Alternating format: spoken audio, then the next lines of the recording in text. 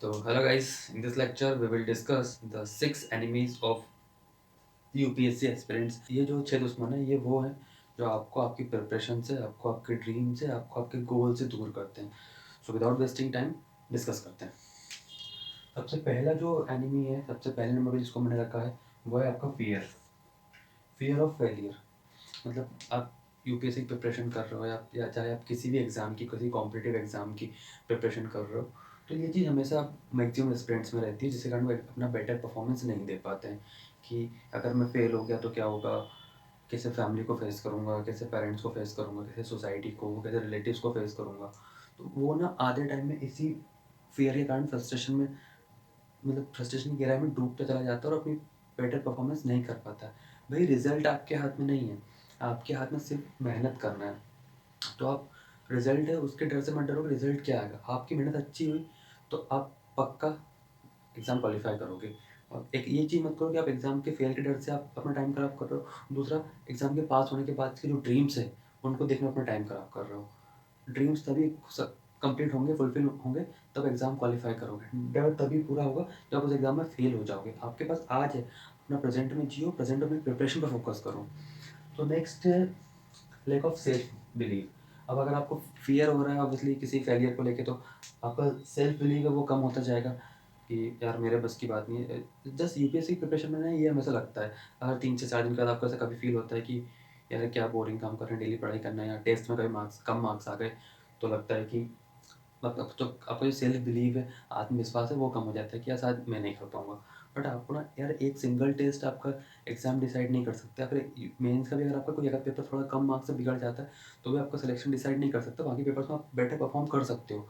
तो अगर एक टेस्ट आपका खराब जा रहा है, तो आप इस और टाइम में उसको एनालाइज़ कीजिए, जो मिस्टेक गलतियाँ आप कर रहे हैं उनको इम्प्रूव कीजिए। उसके बाद है lack of target and planning.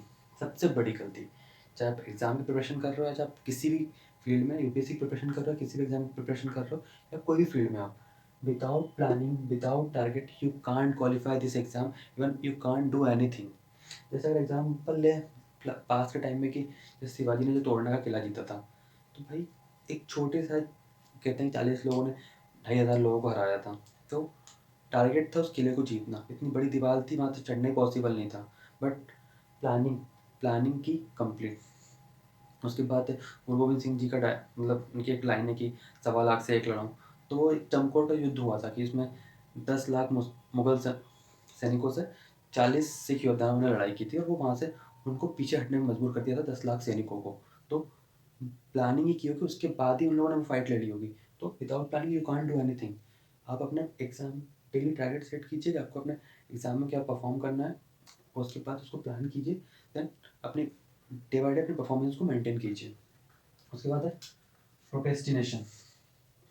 सबसे बड़ी गलती, अगर मैं बोलूँ 99% लोग अपनी लाइफ में फेल होते हैं, या फिर 99% स्टूडेंट्स एग्ज़ाम क्वालिफाई नहीं कर पाते, तो उनकी सबसे बड़ी मिस्टेक होती है प्रोक्रेस्टिनेशन। आज के काम को कल पे टालना, कि यार ठीक है आज आप पढ़ने बैठे हो, फ्रेंड का कॉल आ गया, घूमने चलते हैं, ठीक है आज और कल का और आज का हटेगा, कल पढ़ लेंगे। उसके बाद शादी आ गई, तो ठीक है किसी की शादी में चले गए, किसी फंक्शन में चले गए, तो कल पे टालने की आदत है ना, तो भाई कल कभी नहीं होता। मतलब मैंने देखा है लोगों की आदत है कि जो आज का काम वो कल पे टाल रहे हैं, तो कल करते एक वीक, एक मंथ, एक साल, 3-3, 4-4 साल लोगों के कंप्लीट होते हैं, बट वो सिलेबस खत्म नहीं कर पाते हैं। क्यों? क्योंकि इस हैबिट के कारण। आज के काम को आपको आज ही करना है। हमने पहले भी डिसाइड किया था कि आप अपना डेली प्लान सेट कीजिए और उसको परफॉर्म कीजिए। उसके बाद आपको जो करना हो पूरे दिन में, अगर आप अपनी प्लानिंग का जितने टॉपिक सेलेक्ट करते हैं कि आप मुझे ये पढ़ना है, वो अगर आपके दिन में 6 घंटे में आप खत्म कर दे रहे हो, तो आपके पास 18 आवर्स हैं अपनी लाइफ को एंजॉय करने के उस दिन के। अगर आप उसको 18 आवर्स में कंप्लीट नहीं कर पा रहे, तो फिर आपको उससे सबसे पहले अपने टारगेट को कंप्लीट करना है। तो इस हैबिट को सुधारना पड़ेगा आपको। उसके बाद है सोशल रिलेशंस। सबसे बड़ी कि चलो रिलेटिव्स के काम भी आ रहे हैं, फ्रेंड्स से काम भी आ रहे हैं, जिसने जिस काम के लिए फ़ोन किया चलो भाई ये काम कर देते हैं। नहीं भाई, अगर आप सोशल रिलेशनशिप मेंटेन करोगे ना, तो वो ड्रीम आपने देखा है। अगर आप उस एग्ज़ाम में फेल हो गए, उस ड्रीम में फेल हो गए, तो जिन लोगों के लिए से आप रिलेशनशिप मेंटेन करने की कोशिश करोगे, अगर आप उसका काम नहीं करोगे तो बुरा मान जाएंगे। तो वही लोग आपको क्रिटिसाइज़ करेंगे और आपका जो कॉन्फिडेंस है ज़मीन के अंदर भर देंगे। तो अगर आपने एक ड्रीम देखा है, तो उस ड्रीम के लिए आपको सेल्फलेस होना पड़ेगा, और जो है लोगों को सोशल रिलेशंस अपने कम करना पड़ेंगे। उसके बाद है मीडिया, सोशल मीडिया डिस्ट्रक्शन या सेवरल अदर डिस्ट्रक्शंस। तो वही कि कोई मूवी रिलीज़ होने वाली है, कोई वेब सीरीज़ रिलीज़ होने वाली है। अब मूवीज़ का इतना क्रेज़ नहीं है, मैं स्टूडेंट्स में देखता हूँ कि वेब सीरीज़ आती है, 8-10 चैप्टर्स एपिसोड्स होते हैं और वो एक ही नाइट में ख़त्म कर देते हैं। तो भाई एक रात में आप उसका पूरे दिन सोते हैं, नेक्स्ट डे उसका नई वेब सीरीज़, तो आपके एग्ज़ाम के काम की है ही नहीं ना वो।